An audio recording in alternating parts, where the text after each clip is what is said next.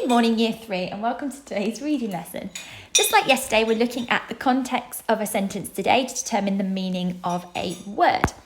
And we are carrying on with our text, Escape from Pompeii by Christina Babbitt. Okay, tricky words. My turn, your turn. Baker. I know we've looked at that word before. It's somebody who makes bread and pastries, things like croissants and pain de chocolat and all sorts of yummy things. Baker. Jacks or knucklebones. The picture's covered that, but that word says game. It's a game that children in the Roman times used to play. And if you look into that picture carefully, you might be able to tell that they are using teeth. We're going to watch a little video now that shows you how to play it. Because that's the thing with knucklebones. You do a lot of throwing. You cup them in your hand like this at the front, and then you toss them into the air.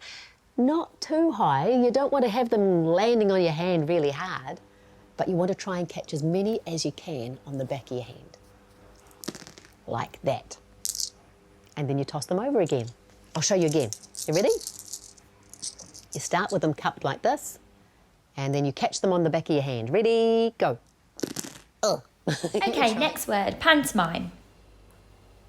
So a pantomime is a type of show, often one that we watch at Christmas, where they retell us a famous story. So, for example, the one that we watched was Jack and the Beanstalk, but they do it in a different way, and they wear lots of funny big costumes, and they do like, oh, no, I didn't. Oh, yes, you did.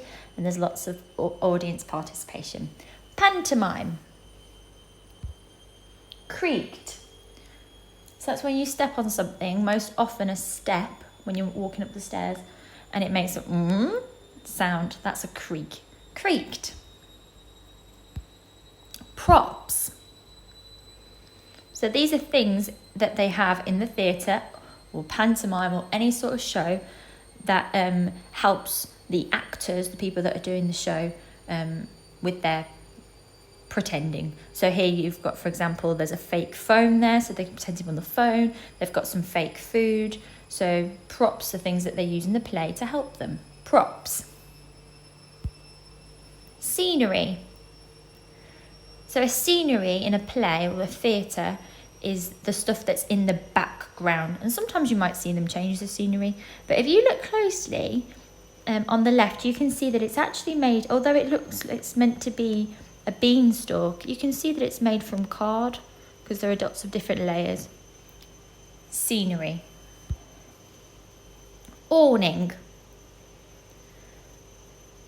So it's outside still, but it's like a little roof that goes partially over. So if you're outside and it's raining, you can go and sit under the awning. Or you can sit under it if it's really sunny.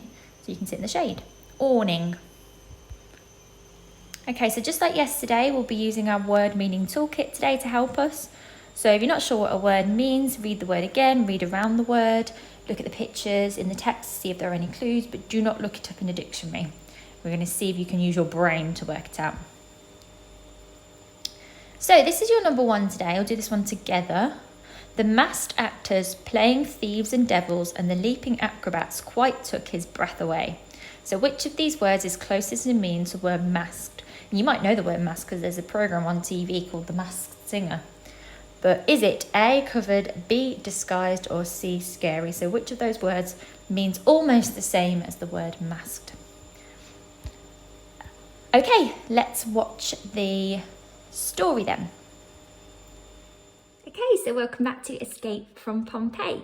So in the last lesson, we met Triano right at the beginning of the book, who was a Roman boy. He loved living in Pompeii. He said he couldn't imagine anywhere more beautiful. We found out that his dad works in the theatre, so he's an actor. We found out that he goes and watches the fishermen come back unloading their fish, and we found out that he also likes going to watch the politicians and other people in the forums here. And he told us about his favourite song, which was this one: rumble down, tumble down, great city walls, feel the ground grumble, the citizens stumble when the earth shakes, and rumble down, tumble down. And it says a few years before he was born, there was a big earthquake, and now they all laugh and joke about it. So let's see what happens next. On other mornings, Triano would shout up to Livia, the baker's daughter, who lived across the street. "Liv, stop curling your hair and come and play jacks. I've got a bag of bones from Mother's kitchen. They're just the right size." Livia spent most of her time learning to weave and cook, but during the hot afternoons, she and Triano would squat by the fountain playing knucklebones or chase dogs down the street.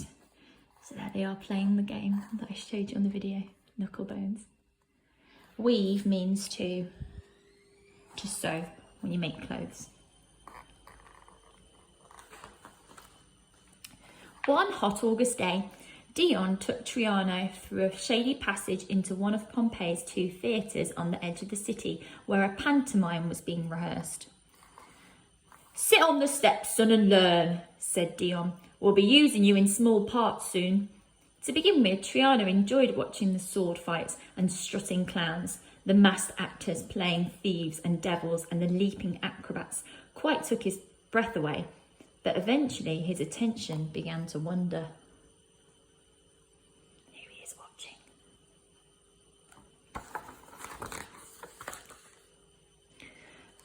Then something happened. The stone steps creaked, the flaps began to rattle, and the building quivered. Props fell to the stage and the scenery split. Triano's father froze to the spot. Everyone fell silent, but one by one the actors began to relax. "Rumble down, tumble down, here we go again," they chanted.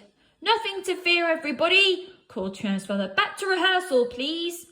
The actors fastened their masks and carried on as if nothing had happened, but Triano wriggled through the awning and ran away down the street.